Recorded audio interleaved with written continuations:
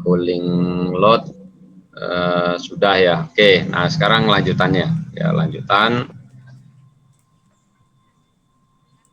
kita gambarkan siklus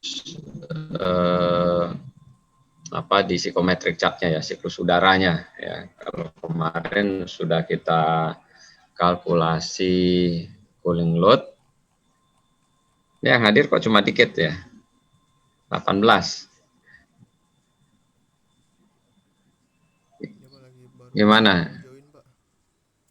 Oh, baru pada mau join. Oke, ya sudah. Ya mudah-mudahan nambah nanti. Oke, saya share dulu ya ininya, filenya, bahasan tentang psikometrik chart. Psikometrik chart. Mana nih?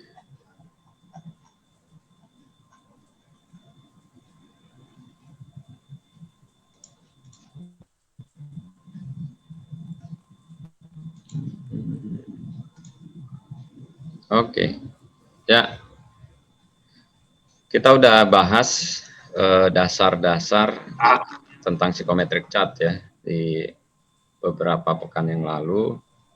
Nah, sekarang bagaimana kita menggambarkan ya, siklus dari tata udara ya. Kalau psikometrik chart kita udah bicara tata udaranya ya, air conditioningnya ya. Ya dalam sebuah diagram. Baik, jadi sekali lagi saya ingatkan bahwa psikometrik chart itu kalau nanti detail ya untuk penggunaan kondisi-kondisi tertentu itu biasanya nanti nih kayak di sini ya, saya putar dulu nih. Ini umumnya dikasih keterangan ya, psikometrik chart ini untuk tekanan berapa ya. Jadi beda tekanan itu pasti gambarnya beda ya, gambarnya berbeda. Nah, jadi yang banyak digunakan ya itu untuk tekanan 1 atmosfer ya, untuk yang banyak beredar lah ya, kalau kalian googling ya itu ketemunya yang 1 atmosfer. Tapi bukan berarti tidak ada psikometrik chart untuk tekanan yang lain. Ada. Oke, ini udah kita bahas ya, ya dasar-dasarnya. Cuma saya review lagi saja biar untuk kita coba melanjutkan ya pembahasan yang lalu. Maaf, sebentar.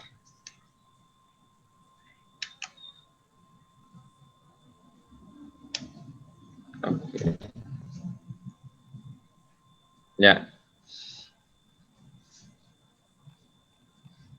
Mungkin waktu sama Pak Rusdi udah juga dibahas ya. Cuma saya nggak tahu sejauh apa gitu ya. Nah, yang sudah kita sempat diskusikan ya bahwa kalkulasi cooling load yang sudah kita lakukan itu nanti prosesnya itu ya digambar di psikometrik chart ya, itu proses 3 ke 4 ya, 3 ke 4. Jadi kita menghitung beban yang ada di dalam ruangan ya, beban yang ada dari outdoor ya, kemudian kita dinginkan ya, kita mau ya atau kita mendesain lah ya, itu masuknya di temperatur berapa, keluarnya temperatur berapa. Nah, ini di sini ya.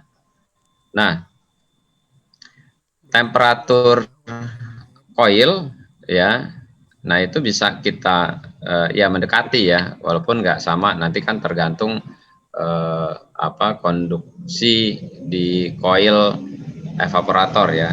Jadi keluar dari evaporator itu kan yang ini ya, titik 4 ya, titik 4. Nah, ini kalau kita lihat di contoh gambar ini itu keluar di temperatur 50 berapa nih? 52 sekian ya. Ya sebut aja 52 Fahrenheit. Berapa tuh? Berapa Celcius? Coba ada yang hitung 52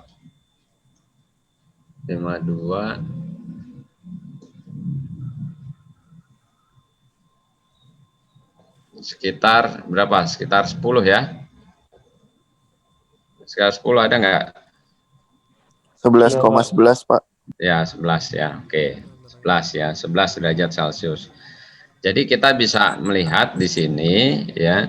Ini kan sebenarnya gambar yang ada di sini nih sistem tata udara yang umum nih, yang umum ya. Jadi kita bisa melihat di sini bahwa udara keluar dari evaporator ya, itu di kisaran 11. Ya sebenarnya kemarin pas kita ambil contoh ya gambar, itu kan saya ambil contoh di angka 16 ya. Nah sebenarnya nggak ada tuh yang kalau kita mau nyeting keluar 16 itu pasti di coil evaporatornya lebih rendah dari 16 ya. Kalau di coilnya aja lebih rendah, refrigerannya pasti lebih rendah lagi. Cuma lebih rendahnya berapa itu nanti tergantung dari coilnya ya. Oke. Jadi di sini ya contoh yang dikasih itu sekitar 11 derajat Celcius keluar dari evaporator. Ya. Nah masuk ke evaporator ya ini setelah bercampur ya kita lihat di sini. Kita lihat di sini di kisaran 80 ya sebut aja 85 lah ya, hampir 85. 85 berapa derajat Celcius ya? Coba dihitung lagi. 29,44 Pak. 29, oke 29,5 ya. Nah ini kan cukup tinggi ini sebenarnya ya.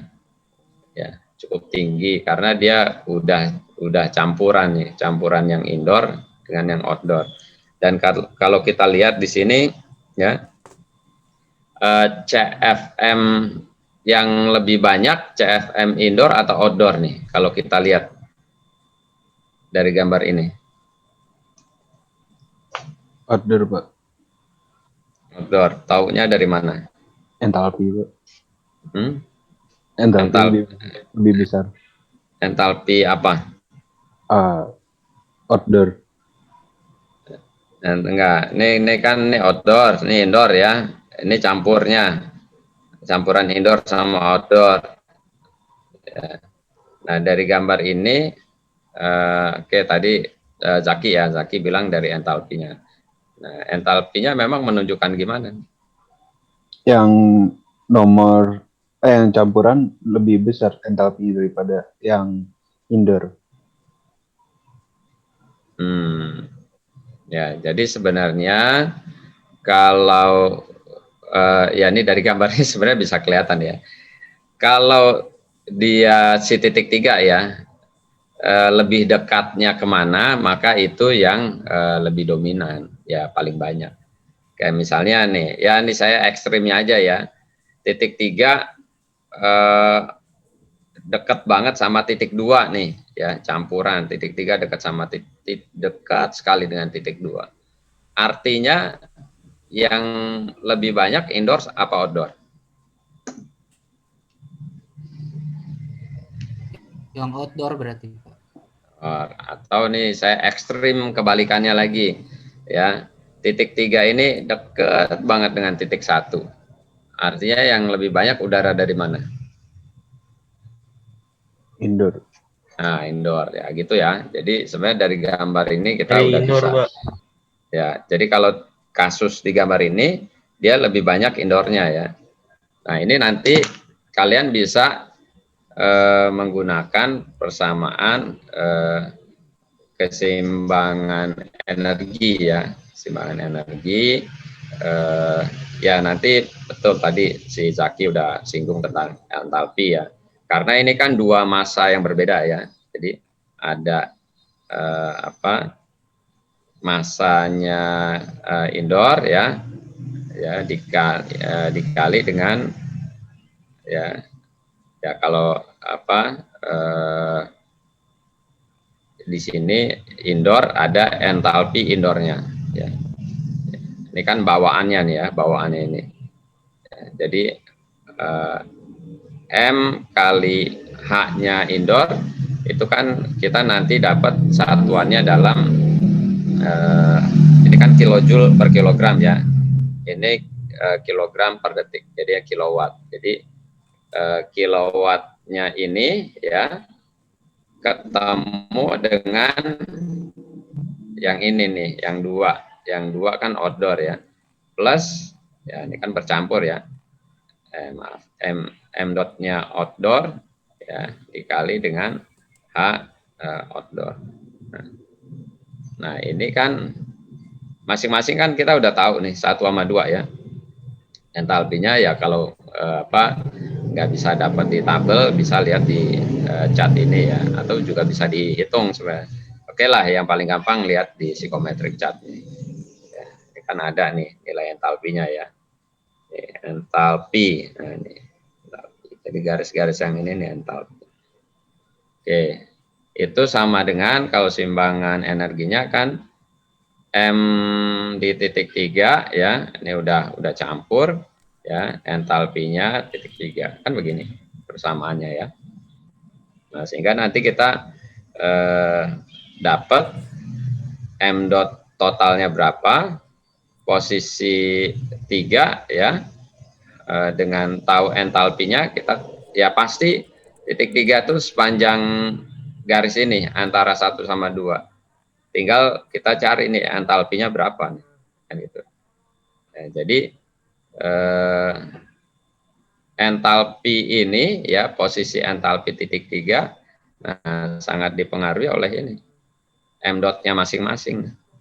Nah ini kan M dot ini kan CFM kan ya, kalau yang kita pakai di textbook ini ya, juga banyak textbook lainnya itu lebih banyak pakai CFM, kubik feet per menit ya. Ya ini tinggal disesuaikan aja satuannya ya. Kalau misalnya satuannya masih pakai liter per menit, liter per detik, atau kilogram ya boleh-boleh aja gitu. Tapi yang lebih umum adalah kalau udara ya CFM. Jadi CFM-nya berapa, terus nanti entalpinya berapa, kita dapat ini.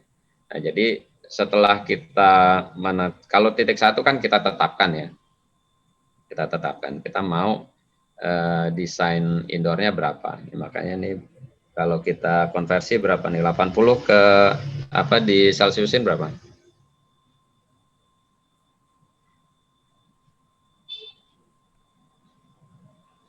Coba 80 26,6 80 Fahrenheit kan Pak? Oke. Ya, 26 sekian ya.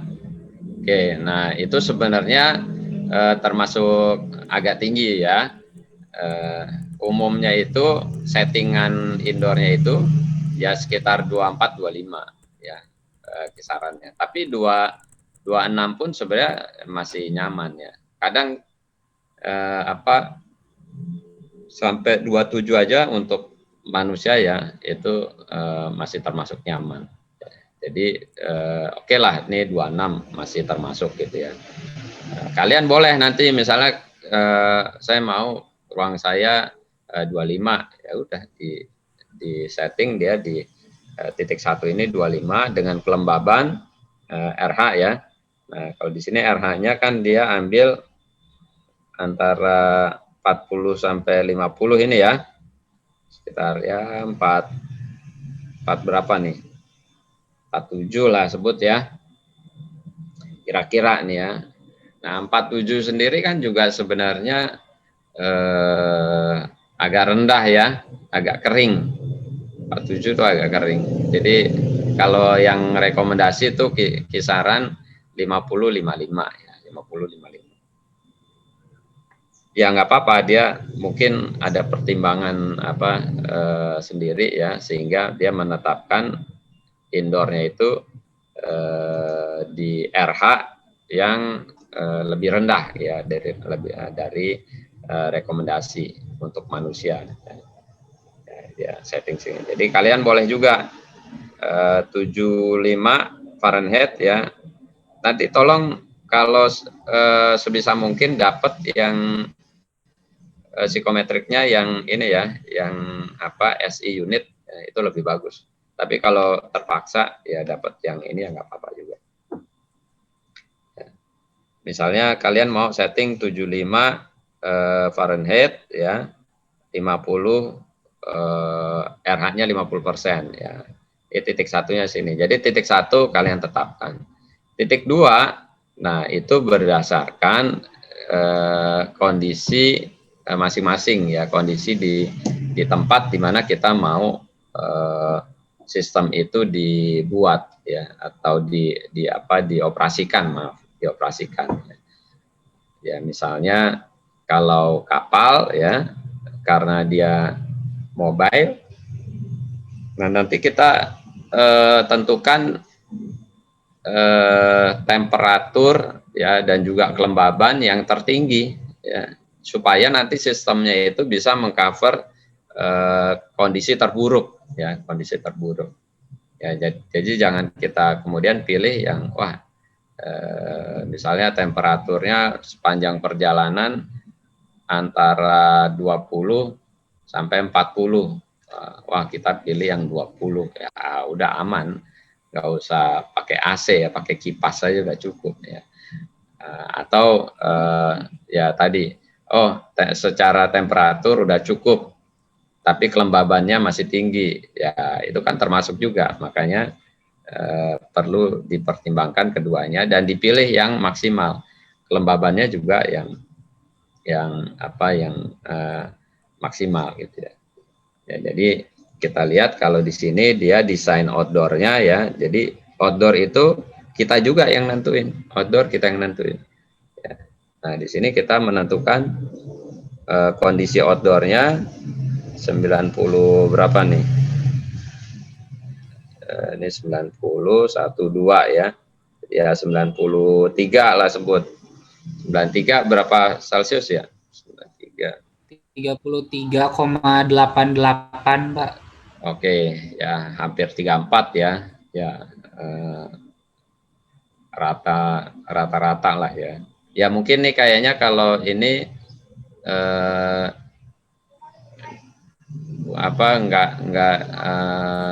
nggak terlalu panas nih daerahnya ya. Cuma sampai 34 maksimumnya ya.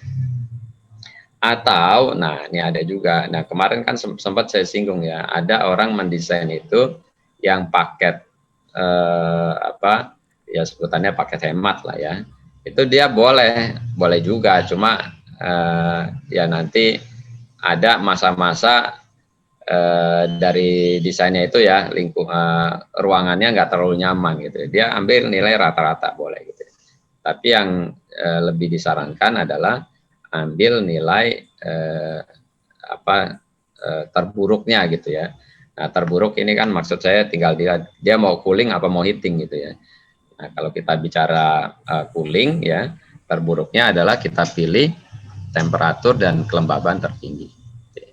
Dia pilih kelembabannya di sini, ya ini kelembabannya ternyata rendah nih ya. Kelembaban outdoornya ya rendah. Nah, kalau kita di tropis kan bisa lebih tinggi ini kan ya. Nah, ini bisa lebih ke atas nih titik 2 nih. Titik 2-nya ini ya misalnya temperaturnya tadi hampir sama ya, 30-an sekian nih kita tarik. Terus RH-nya ya, RH-nya misalnya sampai, nah ini kebetulan mentoknya sampai sini ya. Nanti ada beberapa gambar yang sampai ke atas ini ya. Nah ini kebetulan aja nih ya berhenti di sini untuk entalpi sini.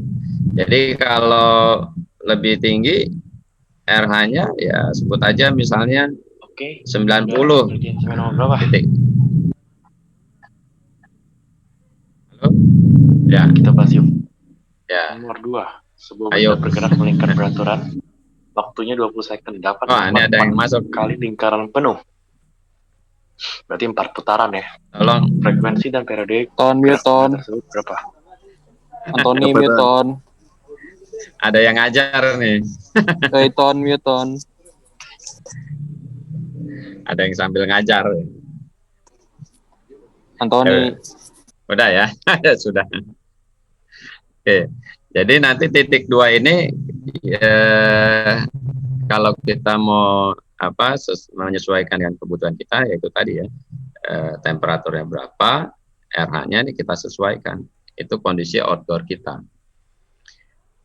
Jadi kalau yang tropis ya, nah ini titik 2-nya nih pasti lebih tinggi, lebih tinggi.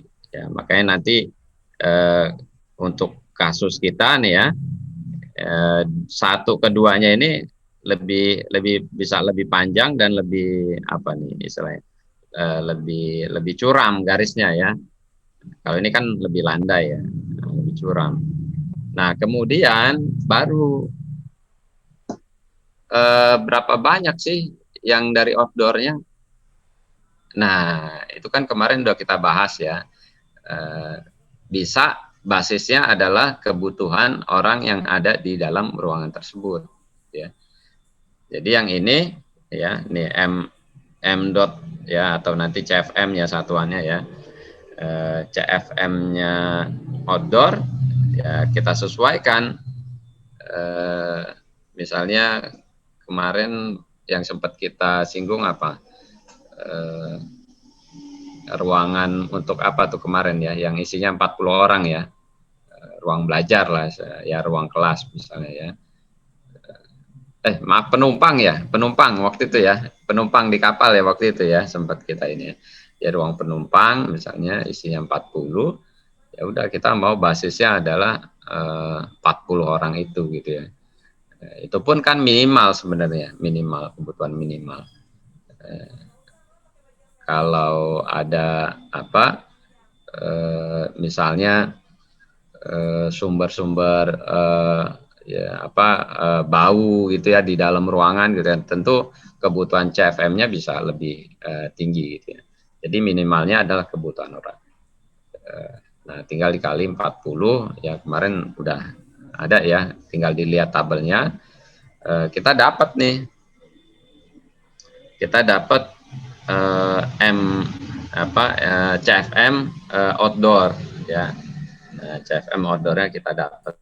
Nah, tinggal sekarang kita mau memanfaatkan CFM dari indoornya ini berapa banyak, gitu ya. CFM indoornya ini berapa banyak. Ya. Nah, tentu nanti kan kita karena di sini kan total ya, nih di sini ini total nih, M dotnya ini total. Nah, M3 ini kan M dot indoor ditambah M dot outdoor kan ya, atau di sini ya M1 tambah M2 kan begini kan. Nah kita harus perhatikan ini juga ya. Nah yang di sini ya dari nanti istilahnya itu adalah diffuser ya, diffusernya AC itu yang ada ya. Kalau misalnya yang AC split ya, itu kan evaporatornya nempel ya. Nah kalau ada yang AC ya ada juga split juga model kaset AC ya, itu yang dipasangnya itu di atas ya, di plafon ya, atau juga model yang lebih sering digunakan lagi di bangunan besar ya, model AC sentral ya, itu kan ada ya keluaran-keluaran di plafon ya, kecil-kecil tuh, yang nanti itu sebenarnya dari ducting tuh ya, ducting, terus ada keluaran-keluarannya ya, ada keluaran-keluarannya ya, ada outletnya ya. Nah itu ada standar CFM-nya, ada standar CFM-nya.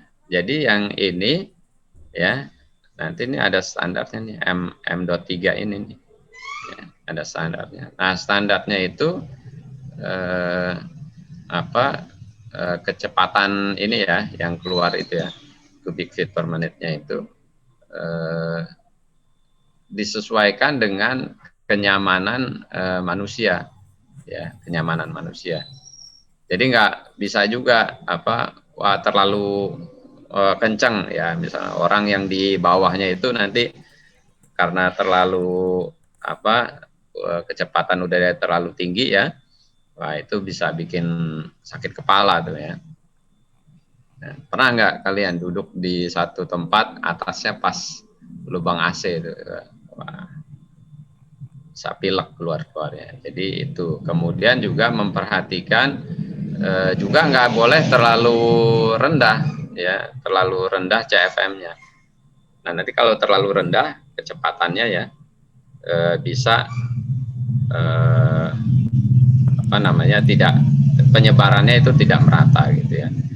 Nah, makanya nanti disiasati juga dengan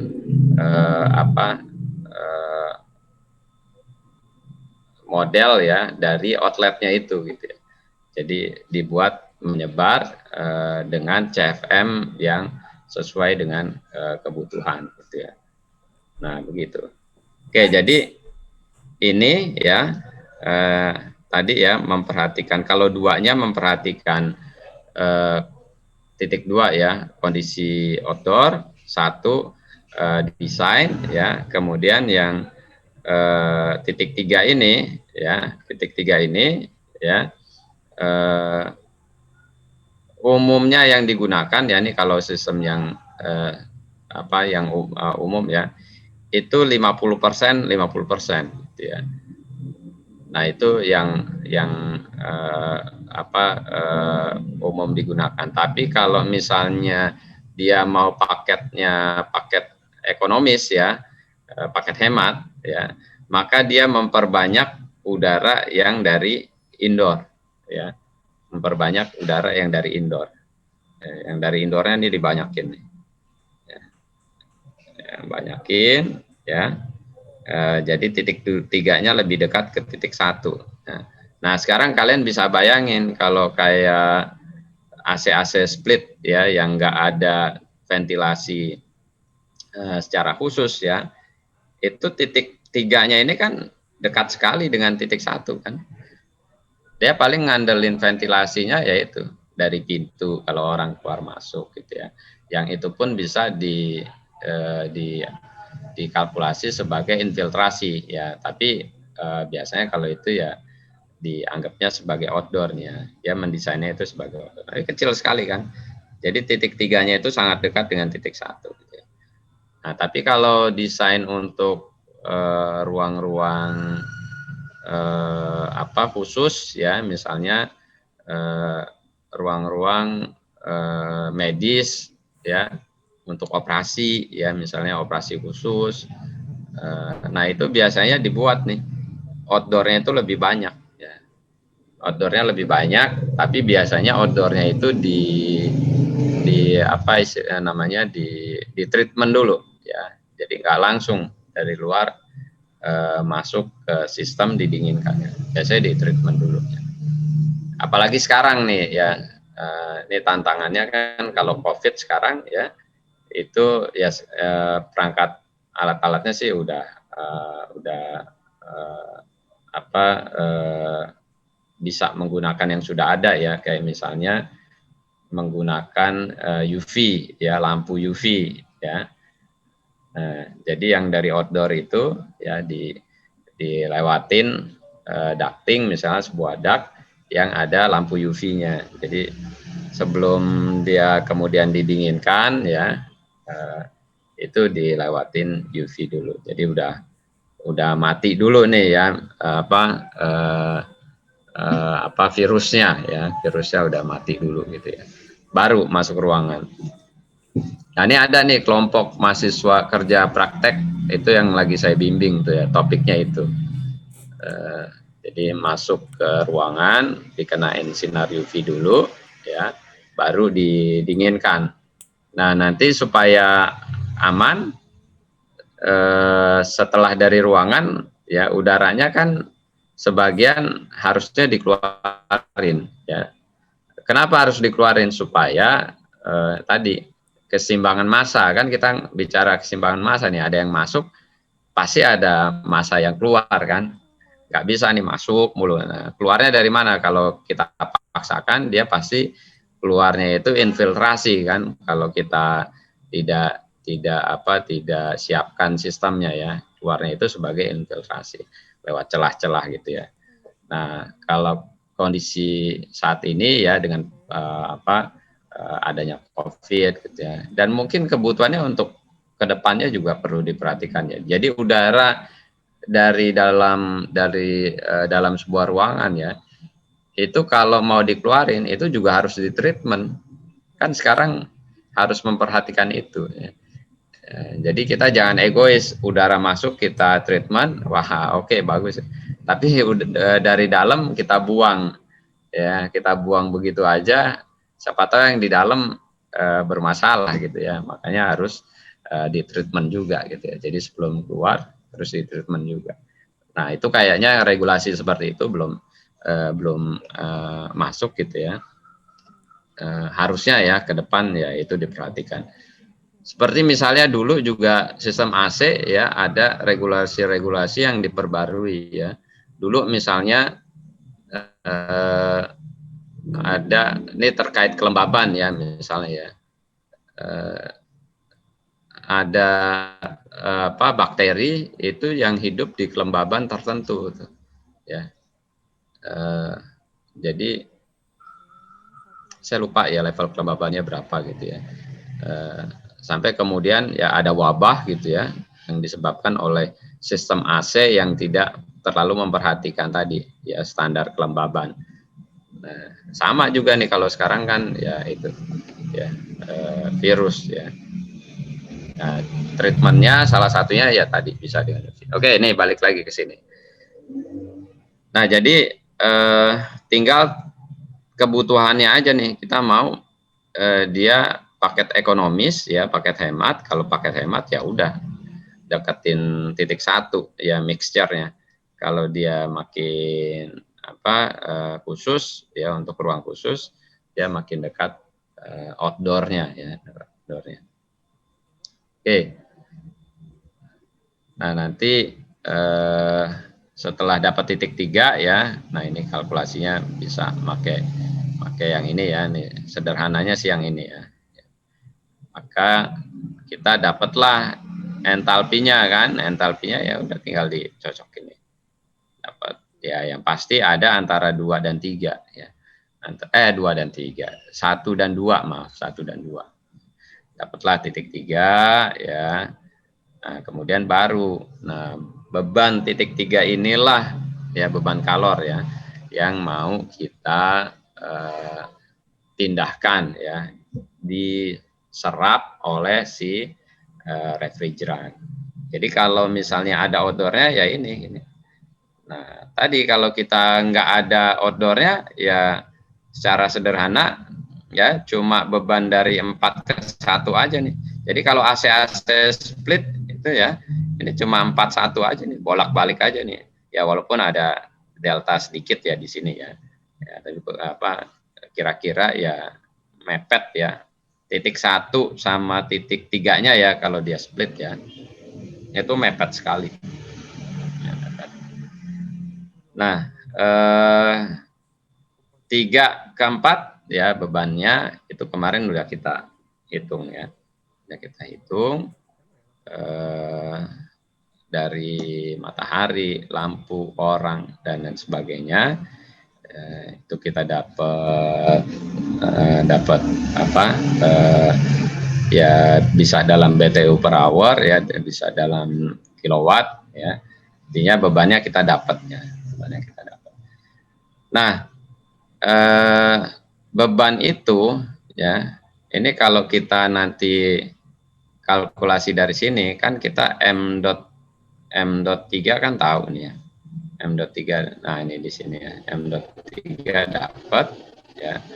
Kemudian yang perlu kita sesuaikan ya, tadi H3 juga udah dapat ya. M. Ya delta H yang lebih tinggi di sini berarti kan H3-nya ya. H3 min H4. Ya, itu sama dengan ya cooling load. Ya, ini saya tulis QL aja dah, cooling load. Ini kan kilojoule per kilogram ya. Ini tadi kilogram ya, per detik ya.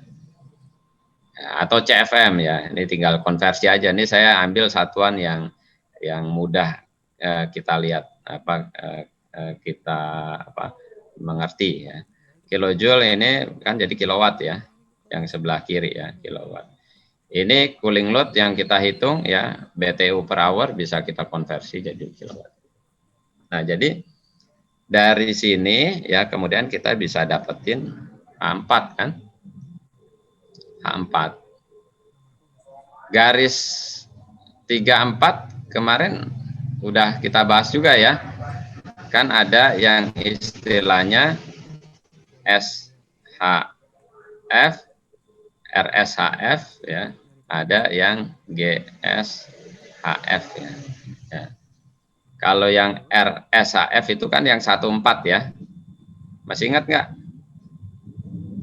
Halo? Masih Pak. Masih ya. Oke.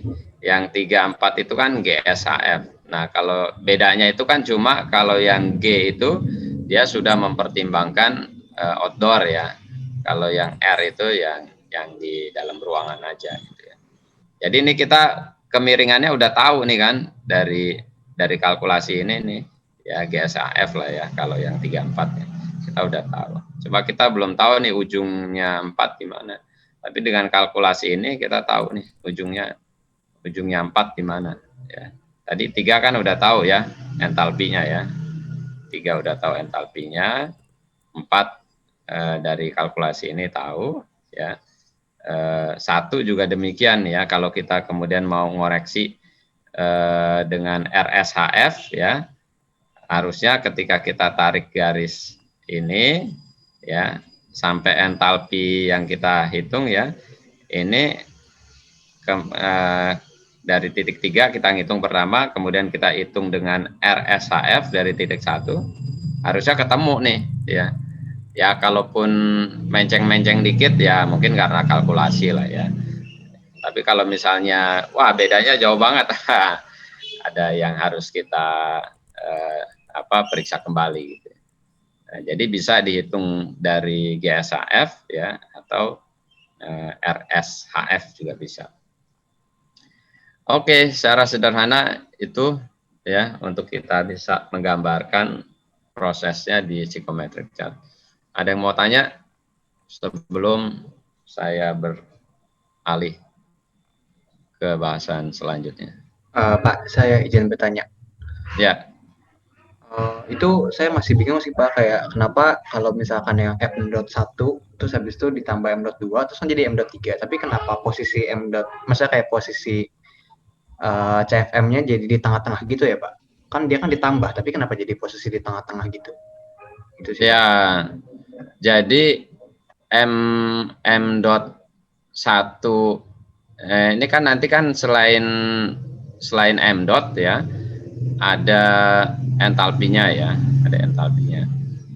Nah, M dotnya ini yang kita pahami jangan ini ya, jangan kita membayangkan M.1 itu sama dengan M.3 ya, ini yang keluar dari sini kan sebenarnya ini kan M.3 nih ya. Keluar dari sini ya. Jadi dia hanya mengambil sebagian aja nih, sebagian udara dingin dari dalam ruangan ya. Mengambil sebagian udara dingin dari dalam ruangan. Jadi sebagiannya itu, nah itu ya si perancangnya yang menentukan tadi ya. Yang saya sebut tadi dia mau paket hemat atau paket paket mewah lah gitu ya, paket mewah, hemat atau paket mewah. Nah kalau ini kan sebenarnya persamaan keseimbangan energi sederhana aja nih ya, kalau kita lihat. Jadi ini ya M dot ini yang sebagian ya, ini sekali lagi kita bayanginnya jangan dia banyak gitu, bisa jadi dia cuma sedikit yang diambil gitu ya. Berapa persen? Ini kan kalau dia dari sini kan kira-kira 1/2 ya, 1/2 kan nih, kalau di sini lebih banyak duanya ya, lebih banyak satunya. Kira-kira yang 1 60% ya kan, yang 2 itu ambil 40%-nya nih kira-kira kalau dari gambar ini ya. Ya kalau setengah-setengah ya posisinya di tengah kan ya. Kalau misalnya di sini nah ini kalau kita lihat kan skala entalpinya ya, ini skala ini ya linear ya, bukan pakai log ya. Jadi kalau kita lihat sini, kalau dia 50% 50% pasti tengah. Kalau ya sesuai gambar ini ya, ini ya tadi ya kira-kira nih 60%, ini 40%-nya. Yang kamu bingungkan apanya ya Cornelius? Itu Pak kan dia kan ada posisi tadi kan, kalau bahkan kalau udah di entalpi gitu kan berarti kan yang satu itu lebih kecil daripada 2 kan Pak, misalnya dari posisinya gitu. Dan tadi kan kalau di situ tulisannya yang keseimbangan gitu, ketika itu ditambah terus jadi M.3 sama H3 gitu. Tapi kenapa malah posisinya itu di tengah-tengah 1 dan 2, bukan kayak mungkin 1 2 terus habis itu kayak lebih dari 2 gitu, atau gimana gitu, karena kan ditambah gitu Pak. Ya ini kan kalau kita lihat gini kan dia kayak mengadjust ya, ininya ya lebih tinggi ya karena jumlah ya. Ini kan keseimbangan massa di sini kan berlaku ya, yang ini M dotnya nih. Tapi kalau yang entalpinya kan dia jadi menyesuaikan nih ya di tengah-tengah antara ini kan. Jadi enggak malah nih, kalau saya duga bayangan kamu, kenapa enggak entalpinya lebih tinggi gitu kan ya. Begitu kan maksud kamu? Iya Pak. Iya ya, ini kan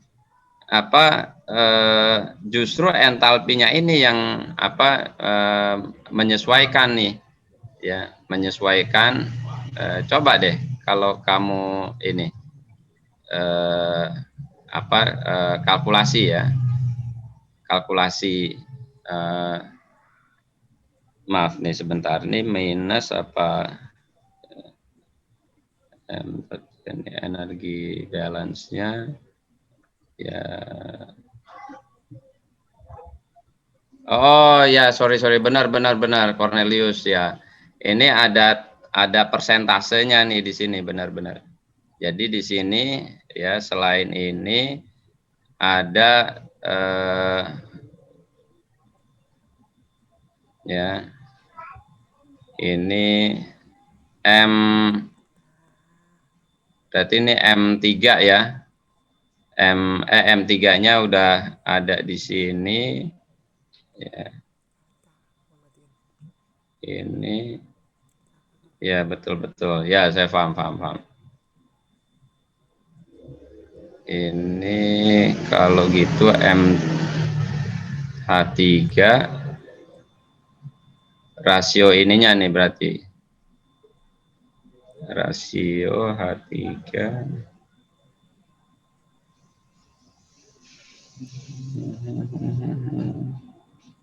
ini M totalnya M2 plus M1 plus M2 ya. Di sini M3 nih. Ya, ini ada rasio ini, benar ya. Bentar ya, saya cek dulu sebentar ya, sebentar. Kita lihat persamaan keseimbangan massa dulu ya. Sebentar. Ya, makasih Cornelius. Ada satu pengali itu di depannya ya, supaya dia bisa balance. Sebentar.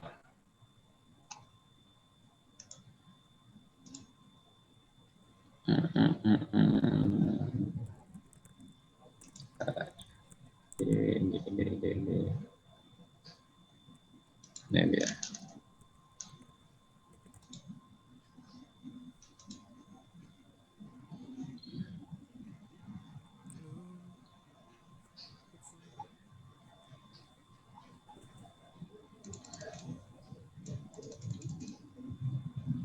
Ya, sebentar nih dia.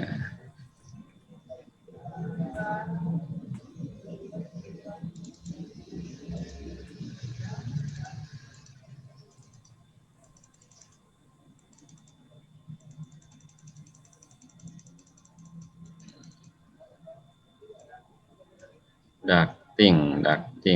Nah, ini dia.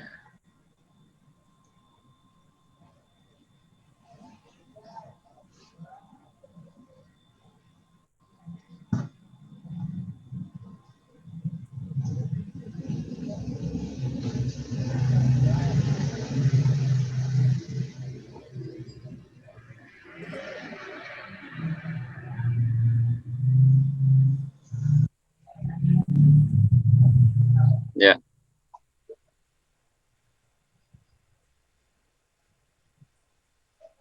Ya, ini dia. Saya share dulu.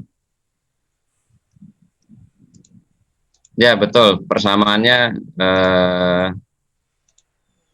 jadi seperti ini nih. Ya. Ini kan kalau W itu ya di sini M dotnya ya. Tadi bisa CFM ya. Jadi CFM 1 ya. Nah, ini kasusnya ya, ini lebih landai lagi nih ya. 1 2 3. Kalau yang kita tadi satunya ketukar ya posisinya. Jadi saat M.1 ya, entalpi 1, M.2 entalpi 2. Jadi ini plus ya, W1 plus W2, ini kan berarti kan ininya apa, M dotnya 3 kan tadi kan ya, yang saya gambarkan ya, M dotnya 3. Nah, cuma kita coba ini kan ya, sebentar ya.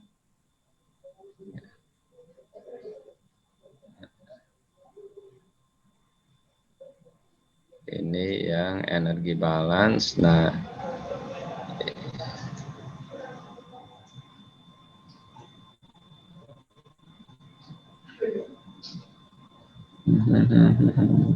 ya. Tapi kalau ininya basic persamaannya begitu. Tapi memang ada ininya tuh. Ya. Oh, nggak ada di sini. Ya. Sebentar ya, saya carikan di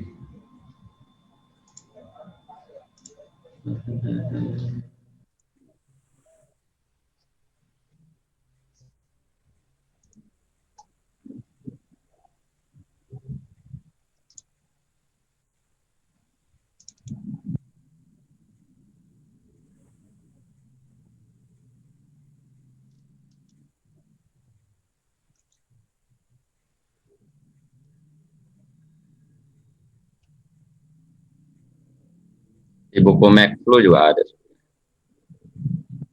Sebentar. Bahasan.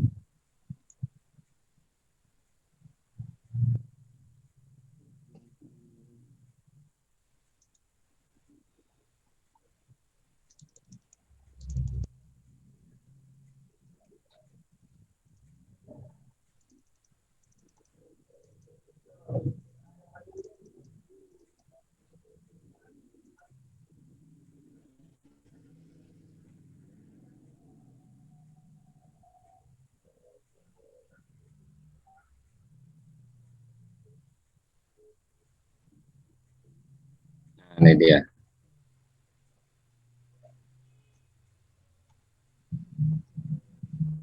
Tapi ini untuk kasus lain ya, ini saya ambil contoh ini aja nih supaya kalian lebih paham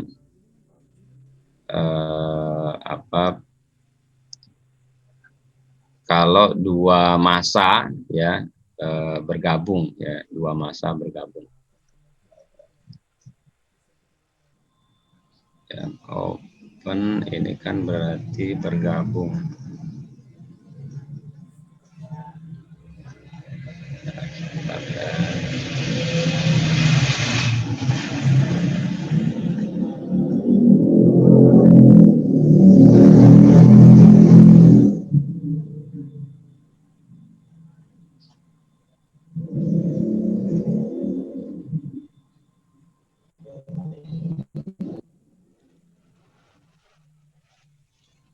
Wah,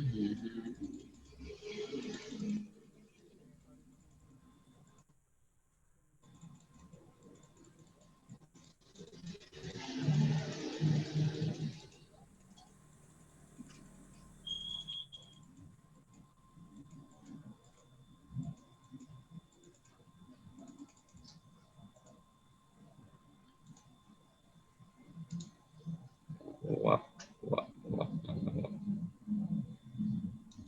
Paper.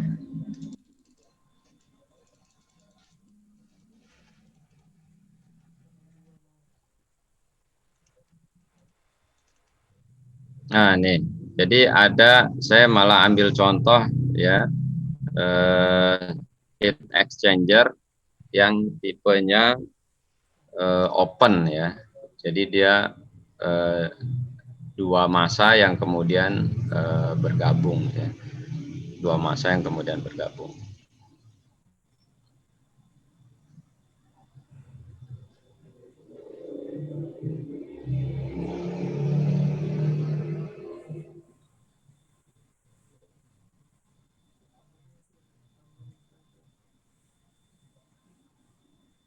Nah, ini dia.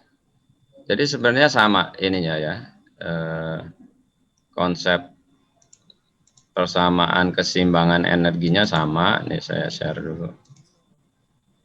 Nah ini sama nih. Energi masuk sama dengan energi keluar.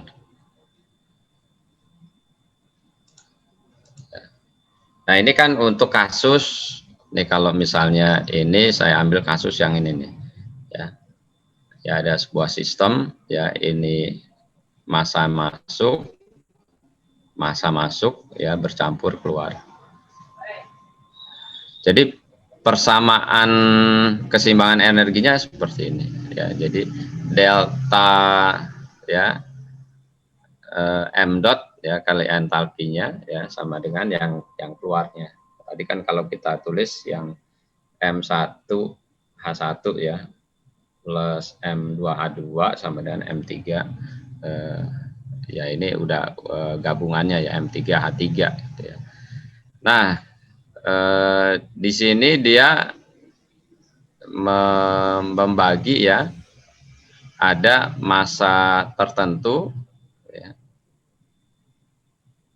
Oh, ini nggak pakai gambar ini. Maaf. Ya ada sejumlah massa nih ya. Dia simbolkan dengan Y. Kemudian yang satunya lagi kan berarti 1 min Y ya.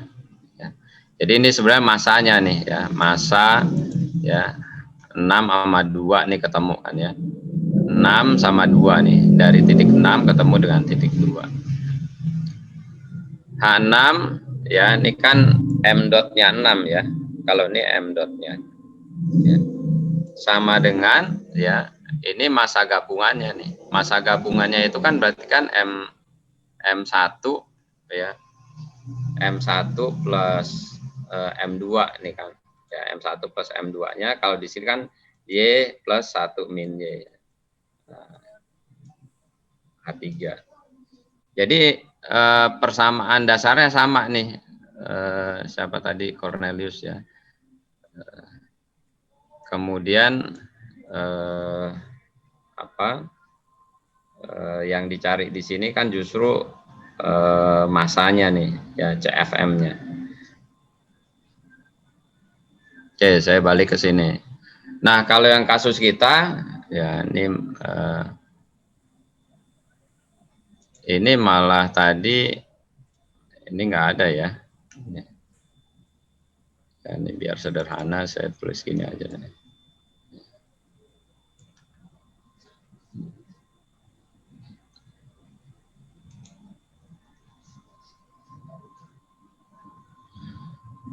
M in kan gini ya, M out.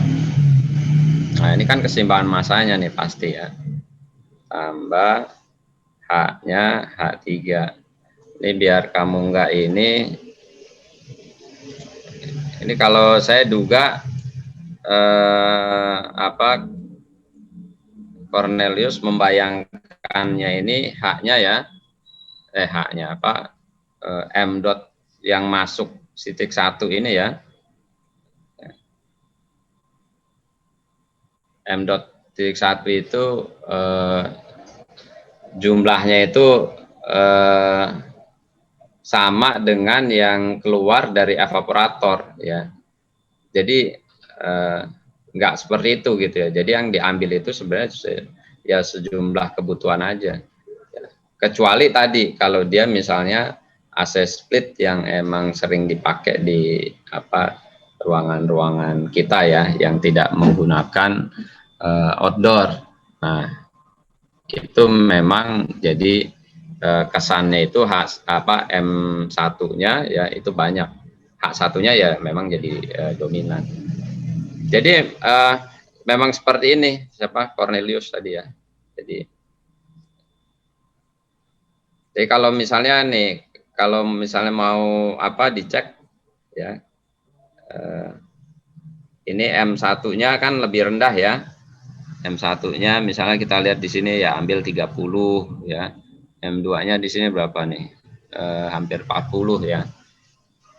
30, 40. Nah, ini kita ambil contoh aja ya. 30 ini kan 40 ya. Nah, di sininya ya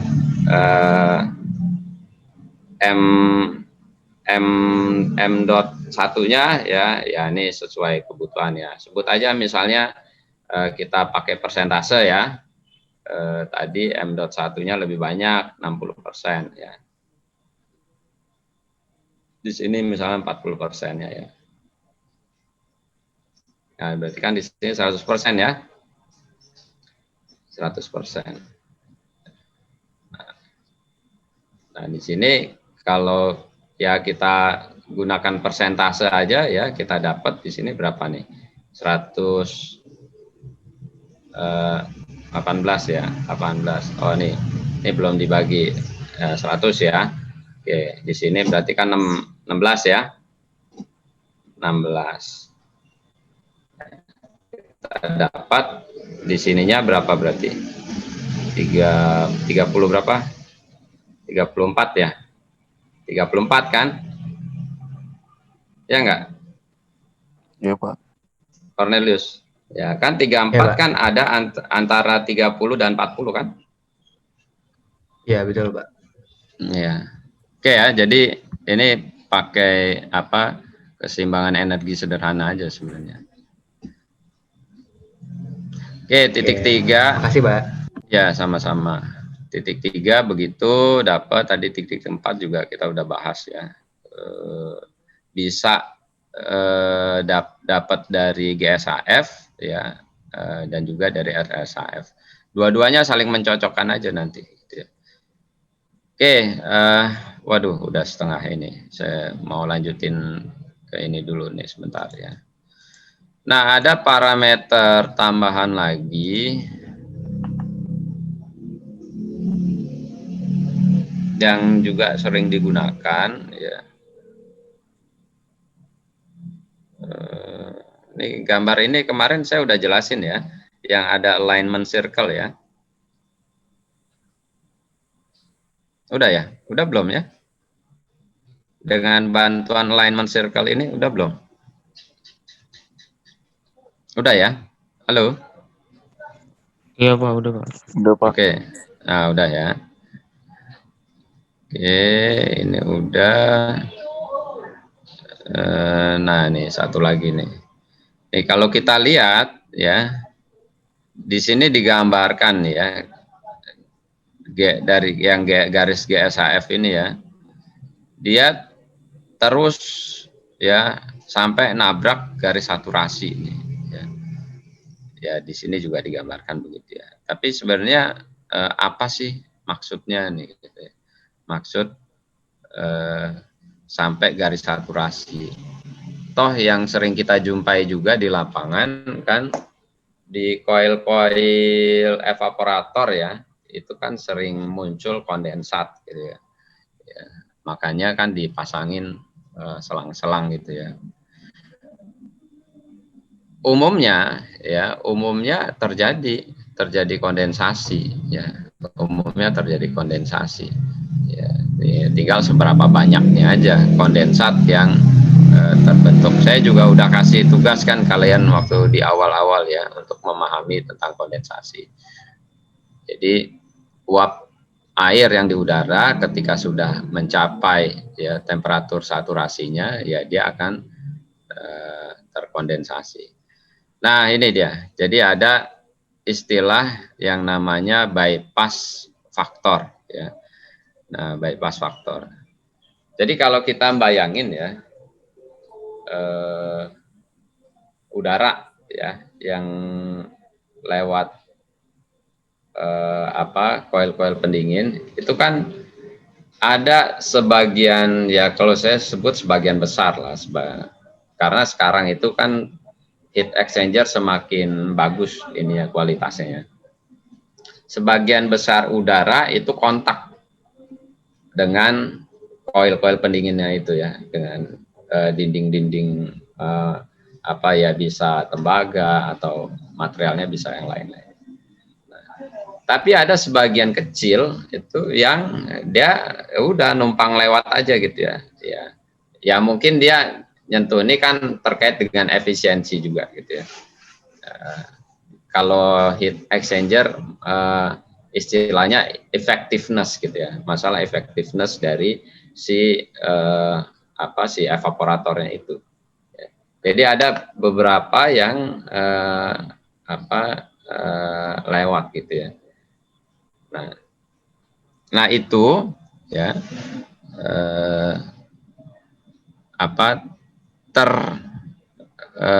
representasi ya di sini nih ya, di bypass faktor ini. Jadi yang ya istilahnya yaitu ya terbypass lah gitu ya, yang lewat begitu saja gitu ya. Padahal ya yang sebenarnya si sistem pendingin itu kapasitasnya lebih besar ya. Nih kita bayangin ya, si evaporator itu punya kemampuan mendinginkan lebih besar dari yang dihasilkan di sini gitu kan. Nah ini kan yang dihasilkan karena ada tadi yang cuma numpang lewat ya, akhirnya udara yang keluar dari evaporator itu cuma sampai temperatur segini. Padahal si evaporator itu punya kemampuan lebih gitu. Nah, yang lebihnya ini ya itu tadi ya kita istilahkan ya dengan bypass faktor. Nah, di sini ya nih, jadi yang digunakan ya untuk bypass faktor ya sesuai dengan beban ya. Jadi acuannya adalah beban kalor ya yang mau diambil oleh si evaporator. Itu kan adanya di sini kan GSHF ya.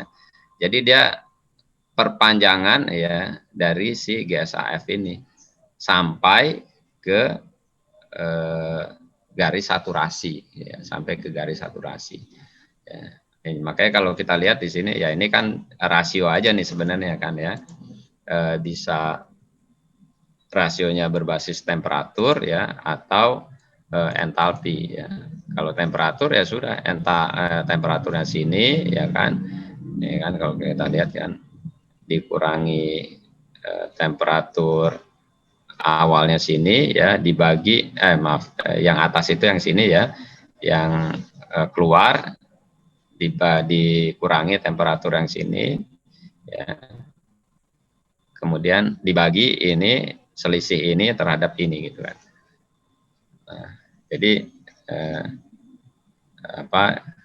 itu yang satu min ini ya. Kalau yang bypassnya ya kebalikannya ya, kebalikan selisihnya maksud saya. Jadi selisihnya ini ya dibagi dengan delta T totalnya, atau pakai entalpi juga bisa ya. Nah jadi bisa begini. Nah ini yang perlu kita pahami. Jadi maksudnya nanti nih kita coba merangkai lagi ya, merangkai dengan sistem refrigerasi yang mau kita desain ya. Jadi ini kan ya ini, nah ini istilahnya nih, ini saya gedein ya. Ya.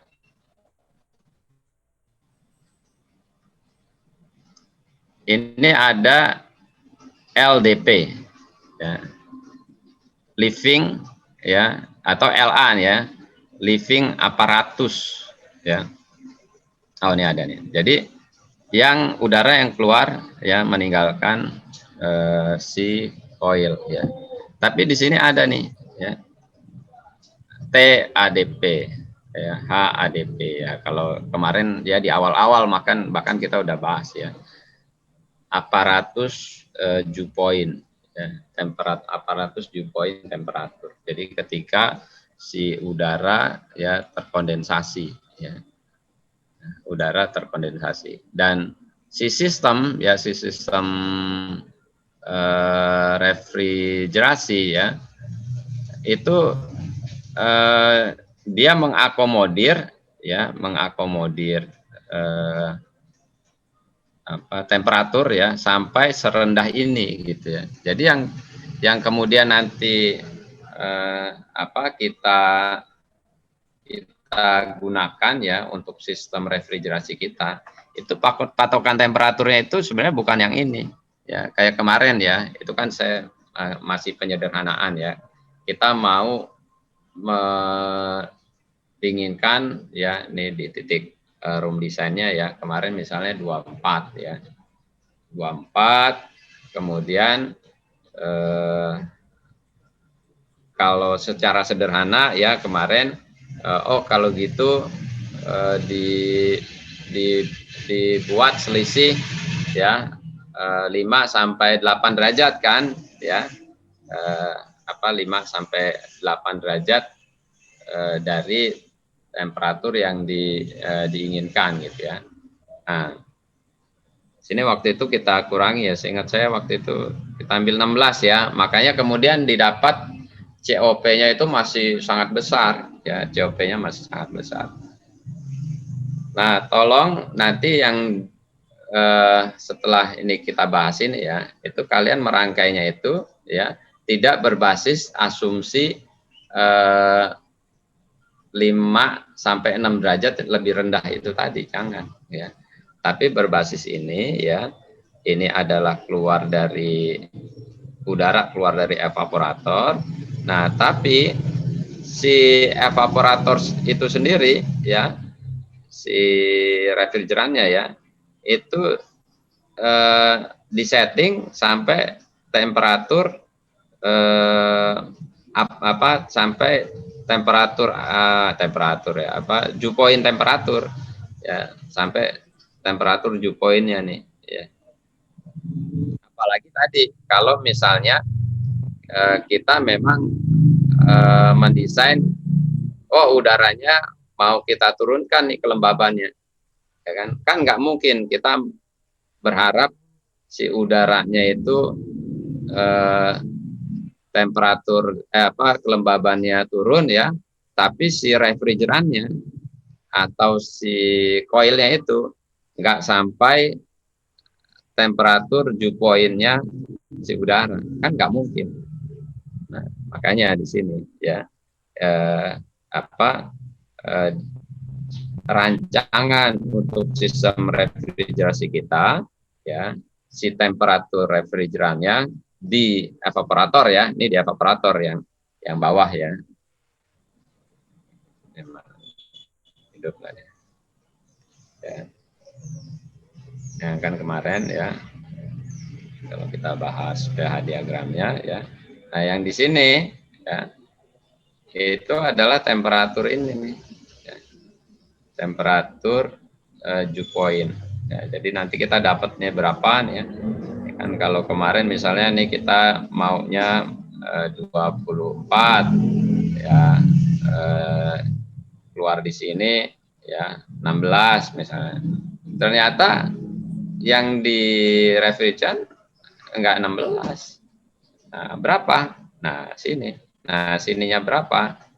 Nah, coba nanti digambar dulu di psychometric chart. Ya. Jadi sebelum masuk ke mendesain sistem refrigerasinya, kita harus tahu dulu nih kebutuhan di sini ya, di temperatur evaporatornya itu berapa sih. Taunya dari mana ya? Dari sini. Ya. Jadi kondisi ini ya itu bisa sampai uap udaranya terkondensasi itu harus sampai temperatur berapa? Nah, gitu maksud saya. Ya, ini kan bahasan kita yang awal-awal ya. Jadi ya ini balik lagi kita berharap apa tadi kelembaban ya, kelembaban di udaranya itu berkurang ya, mengurangi kelembabannya. Ya, humidity ratio ya, humidity rasionya turun, tapi ininya ya si refrigerannya nggak sampai titik ini, nggak bakal pernah turun tuh ya, makanya kita pentokin nih sampai sini. Nah ini berapa? Nah ini adalah temperatur minimalnya gitu ya, minimalnya. Nah ada juga sistem yang kemudian dia membuat ya lebih rendah lagi temperatur refrigerannya ya. Ini minimal minimal ya, bahwa minimal maksimal jadi maksudnya. Jadi ya minimal teratas nih maksudnya ya. Tapi dia bisa si refrigeran itu dibuat temperaturnya lebih rendah lagi. Nah kalau lebih rendah lagi gimana Pak? Nabrak dong. Nah, nggak begitu. Jadi kalau nanti kalian menemukan seperti itu ya, dia turun ya, temperaturnya turun, tapi sepanjang garis saturasi ini. Ya, jadi dia masih di sepanjang saturasi ya turun. Ya misalnya di sini sebut aja 10 ya misal. Tapi ternyata si refrigerannya dibuat sampai 8 ya boleh aja 8 sih. Tapi dia ini sepanjang garis saturasi ini. Jadi di sini. Ya, tapi minimalnya adalah di 10 ini. Ya. Begitu. Oke. Jadi nanti tolong wah ini sebenarnya udah di ujung ya, ini udah di ujung bahasan kita. Besok kita masuk ke ducting ya, masuk ke ducting. Tapi silahkan kalau kalian ada yang mau bertanya seputar yang psikometrik sama pH diagramnya ya itu silahkan. Ya. Tapi dari apa yang sudah kita bahas, ini saya udah bisa ngasih tugas ke kalian ya. Untuk kalian siapkan ya sebagai UAS-nya kalian ya. Jadi ujian akhirnya itu nanti saya minta kalian mendesain ya, mendesain ya kan kemarin udah saya minta kalian belajar dulu tuh mendesain ya ruangan kalian gitu ya. Nah, nanti tugasnya adalah mendesain ya menghitung cooling load-nya segala macam ya. Sama ini gambar pH-nya, dapatlah kalian ini kan, dapat ini, baru nih gambar sistem refrigerasinya. Nah kalau kemarin kita masih ngira-ngira, nah sekarang kita udah bisa dapat yang lebih tepat ya, temperatur di evaporatornya berapa. Ya. Kalau kemarin misalnya kita masih kira-kira 16 ya bisa jadi ini dapatnya 10. Ya baru digambar yang selanjutnya. Ya, yang ini kemarin kan juga kita asumsi juga masih ya sesuai dengan temperatur lingkungannya. Tapi ya lagi-lagi ini ya biasanya itu di atas ya. Kalau temperatur lingkungan kita 30 ya dia nggak mungkin nih sampai 30 sama persis, nggak mungkin. Ya kalian bisa kasih delta 34 misalnya ya, begitu. Baik, saya rasa saya cukupkan untuk pembahasan tentang psikometrik chart dan sistem refrigerasi ya. Jadi besok kita udah mulai masuk ke ducting. Ada yang mau ditanyakan silakan. Izin bertanya Pak, untuk yang ini Pak, untuk yang di pH diagram, kalau yang di konduktornya atau yang di udara luarnya itu yang 34 tuh kondenser. Yang Bukan kondenser konduktor. maksudnya. Nah, kondenser. Kondenser. Yang di kondenser itu yang 34 Pak. Kalau misal kan kalau yang untuk yang di evaporator itu emang perhitungannya kita dapat nilai kita dapat suhunya berapa tuh dari hasil analisis dari psikometric chart Pak. Nah untuk yang udara luarnya juga itu tuh sama atau kita pakai udara luar dari desain nanti kita Pak? Ya, oke, bagus. Kalau mau detail panjang sebenarnya, Rudi ya. Kalau mau detail panjang. Sama kita pakai keseimbangan energi sebenarnya ya. Kalau yang umum AC-AC split yang biasa kita pakai itu ya, itu kan pakai udara ya. Ya ini ada maaf. Sini aja deh. Ya, ada fan ya, udara ya. Yang umumnya begini ya. Nah, ini kan sebenarnya dia ada desainnya ya, desain flow rate-nya berapa dia udah tentuin. Ini ada M dot-nya berapa. Nah, M dot ya, di sini ada T in ya, di sini ada M dot ya. Nah, kemudian nanti keluarnya ini T out-nya berapa itu kan sangat tergantung. Nah, di sini sebut aja nih coil si refrigeran yang panasnya ya, yang temperaturnya tinggi kan di sini di kondenser ya. Nah, di sini juga ada nih kan, ada M dot-nya ya. M dot-nya kemarin udah kita singgung ya. Ini ada T in, ini ada T out-nya ya. Nah, misalnya ngalirnya ke sana gitu ya. Nah, ini kan kalau mau detailnya kita harus lihat nih spek dari si evaporatornya ya. Ya ini paket sama si coil si refrigerannya ya. Nah, jadi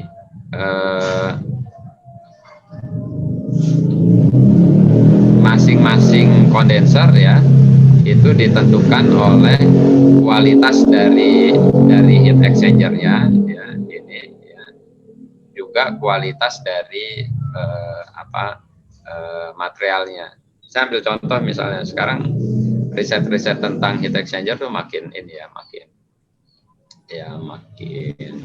baik lah gitu ya. Kayak misalnya dulu ya yang dipakai ya udah nih misalnya plat heat exchanger ya. Ya udah dia plat aja nih, ada beberapa lembar plat gitu ya. Ini kan refrigeran ya, kalau refrigeran ya dia ngalir. Tapi sekarang ya ini di dalam platnya ini dibuat kontur-kontur nih kayak batik-batik ya. Batiknya macam-macam ya, ada yang dibuat begini-begini ya. Ada yang dibuat ya zigzagnya model apa gitu ya. Nah, itu untuk meningkatkan heat transfernya nih di sini ya. Nah, maksud saya, ini saya langsung aja singkat ya. Bisa jadi tadi Rudi ya, temperatur lingkungannya 30 misalnya gitu ya. Ini keluar 30. Bisa, tapi ya tadi syaratnya ya effectiveness-nya 100%. Kenapa bisa mendekati lah, katakan mendekati 100%? Karena memang kualitas heat exchanger-nya sangat baik gitu ya. Nah, jadi memang harus kalkulasi lagi nih Rudi kalau kita mau dapat nilai ininya, kalkulasi ya kalau mau sederhana dibuat asumsi-asumsi ya. Tapi kalau masuk ke bisnis konsultan kontraktornya ya, dia pasti harus tahu nih spek si kondensernya gimana gitu ya. Atau dibalik, dia mau kondensernya yang speknya kayak gini gitu ya. Nah, itu bisa. Kira-kira begitu, Rudi. Nah, ini kan sebenarnya kalau kita ambil 34 nih ya tadi asumsi yang umum aja gitu ya. Ya tadi umumnya ya sebenarnya mirip dengan yang ini ya. Kita tadi misalnya asumsiin antara 5 sampai 8 derajat gitu ya deltanya. Ya ini hampir mirip juga lah. Nah di situ kan ya tadi masalah effectiveness ya. effectiveness si kalor ya yang bisa dilepas dari refrigeran ke udara. Begitu. Ada lagi yang mau ditanyakan? Tidak? Oke, Oh, ini mudah-mudahan. Pak, satu lagi Ya. Pak. Berarti kalau misalkan untuk terkait tugas yang baru, yang tugas yang minggu lalu yang terkait sistem refrigerasi, tentang analisis sistem refrigerasi dari perancangan cooling load ini Pak, untuk TF evaporatornya kan kita dapat dari psikometrik. Nah, untuk yang itunya kita asumsiin saja berarti begitu Pak. Ya, boleh asumsiin aja. Ya, itu pun kan gini juga, ini nanti, ini saya kasih ke kalian juga kan, udah pernah saya jelasin ya, sistem kondensasi yang mau kita gunakan itu seperti apa. Ya, kayak misalnya kalau yang umum pakai udara, nih tadi saya gambar. Kalau building itu ada namanya cooling tower, ya. Cooling tower itu jadi ya misalnya coil pipa-pipa refrigerannya nih ya misalnya ya, itu disemburin air nih, jadi ini ada pipa air ya nih, disemburin jadi dia mendinginkan ya. Nah, cooling tower tuh prinsip kerja gini. Nah, di sini ada wadahnya, ada wadah, kemudian dia dipompa lagi ke atas ya. Nah, disemburin lagi gitu ya. Nah, ini sambil ini ditampung nih sambil melepas kalor juga. Ini juga kan kena udara dia. Nah, itu kan dia memakai semprotan semprotan air ya yang dipercikan. Ya, yang lebih ini lagi ya udah nih koil-koilnya ya dicelupin ya ke sebuah wadah gitu ya. Nih, jadi yang bagian ini nih dicelupin di air. Nah, itu ada juga, cuma ya tadi sistemnya lebih ini kan ya, dari initial cost dan maintenance-nya lebih tinggi. Jadi saya nggak membatasi nih kalian untuk mendesain ya nanti ya, Bapak saya mau memanfaatkan ya ini misalnya yang sistem AC yang split yang umum ya, itu kalian mau modifikasi bagian kondensernya ya, Pak saya mau supaya performance-nya lebih bagus ya. Nih coba bayangin ya, ini dari 10 ke 34 misalnya, ini kan si kapasitas kompresornya segini ya dia. Tapi kalau misalnya kalian bisa menggunakan kondenser ya, mendinginkan lah ya si refrigeran di kondenser lebih rendah dari 34, si evaporatornya kan bisa kerja lebih rendah dari 10 kan. Ya, artinya kalian bisa mendapatkan temperatur yang lebih rendah ya dengan sistem ya, dengan performance kondenser yang lebih bagus kan begitu ya. Jadi kalian boleh aja berangan-angan, wah kalau gitu nih saya celupin aja nih kondensernya ya, tapi ya tadi perhatikan juga ya si kondensernya, jadi koil-koilnya itu dilewatkan di air yang juga didinginkan ya, jadi jangan air diam aja lama-lama panas gitu ya. Jadi airnya dibuat sirkulasi, misalnya bisa melepas kalor juga. Ya contoh kayak ini kan airnya dibuat sirkulasi, dia sini sambil melepas kalor nih, ya, kemudian mendinginkan terus gitu. Jadi boleh nanti saya nggak membatasi kalian untuk merancang gitu ya, silahkan aja. Pak dengan cara begini saya nyelupin di air, saya bisa dapat temperatur yang lebih rendah dengan kapasitas kompresor yang kecil gitu ya misalnya, kan bagus. Jadi begitu ya. Ada lagi Pak? ya? Caki. Itu TADP berarti selalu lurus satu garis lurus sama GSAF, Pak.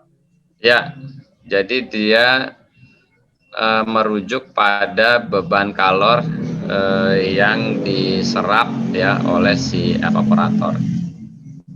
Jadi kan prosesnya kan di sini nih, ya kan? Proses pendinginan itu kan di sini kan, gitu. Iya. Ya, jadi sampai kemudian si udaranya itu ya, ini udara yang didinginkan ya, sampai pada temperatur dew point. Begitu dew point itu ya kena saturasi ya, temperatur saturasi ya. Oke, Gitu ya. Kasih, Pak. Sama-sama.